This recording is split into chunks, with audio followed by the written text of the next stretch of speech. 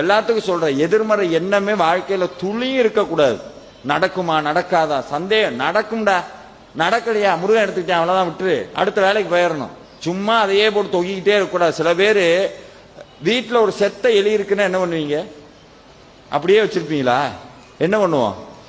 தூக்கி போட்டுருவோம். ஒருத்த வீட்டுக்கு வந்திருக்கான், எலி செத்து போச்சு, செண்டு அடிச்சிருக்காங்க வீட்டை சுத்தி, எங்க கிடக்குன்னு தெரியல, செண்டு அடிச்சிருக்காங்க நல்லா படபட படபடன்னு. வீட்டுக்கு வந்து உட்கார்ந்துருக்காங்க. ஒரு அரை மணி நேரம் கழிச்சுன்னு உட்கார முடியல அவங்கனால. ஏன்? நாத்து அடிக்க ஆரம்பிச்சிருச்சு. அப்புறம் புரிஞ்சிருச்சு, செத்த எலி இருக்கிற வரைக்கும் வீட்டுக்குள்ள வாசம் அடிச்சுக்கிட்டே தான் இருக்கும். நம்மளுடைய கடந்த கால வாழ்க்கையும் கடந்த கால எண்ணங்களும் செத்த எலிதான். அதை உள்ள சுமந்துகிட்டு இருக்கிற வரைக்கும் நாத்த அடிச்சுக்கிட்டே தான் இருக்கும். எப்ப தூக்கி அப்படி வீசுறமோ அப்பவே வாழ்க்கை சந்தோஷமா இருக்கும். சில பேர் அது நான் அப்பவே அப்படி இருந்திருந்தா நல்லா இருந்திருப்பேன், அப்பவே அப்படி இருந்தா நான் அப்பவே அதான் படிக்கல, அதே போகல, அது என்ன அப்பவே அப்பவே அப்பவே இப்ப இருக்கணும். அதுக்கு என்ன பண்ணணும்?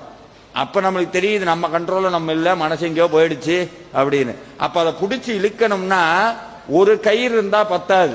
இந்த மாடு பார்த்திருக்கீங்களா? மூக்கணாங்கயிறு போட்டு ஜல்லிக்கட்டு மாடு ஓடும் போது பிடிச்சிங்கன்னா என்ன ஆகும்? உங்களை சேர்த்து இழுத்துக்கிட்டு போயிடும். ஆனா என்ன பண்ணணும்? போற மாதிரி போய் அது போற வரைக்கும் அப்படியே கைத்தை பிடிச்சி அது கூடயே போய் ஸ்லோவாகும் போது பிடிச்சி இழுக்கணும். மனசுக்குள்ள வேல்மாறல்ங்கிற மந்திரத்தை கட்டி விட்டுறணும். நீங்க சில டைம் வீட்டில் உட்காந்து படிச்சிருக்கும் போது மனசு அதை நினைக்காது, எதையோ நினைச்சுக்கிட்டு இருக்கும். ஆனா திருப்பி ஆனா ஒண்ணு தெரிஞ்சுக்கங்க, எப்ப முருகன் முன்னாடி உட்கார்ந்து வேல்மாறல் மகாமந்திரத்தை படிக்கிறீங்களோ அப்பவே முருக பக்திங்கிற கயிறு உங்க மனசு கட்டிச்சு. அது நினைச்சபடியெல்லாம் போக விடாது. கொஞ்ச நாள் போனதுக்கு அப்புறம் முருகன் பிடிச்சி இழுத்துருவார். முருகன் பிடிச்சி இழுத்துருவார். இழுத்து எங்க போற? பிடிச்சி இழுத்து உட்கார வச்சிருவார்.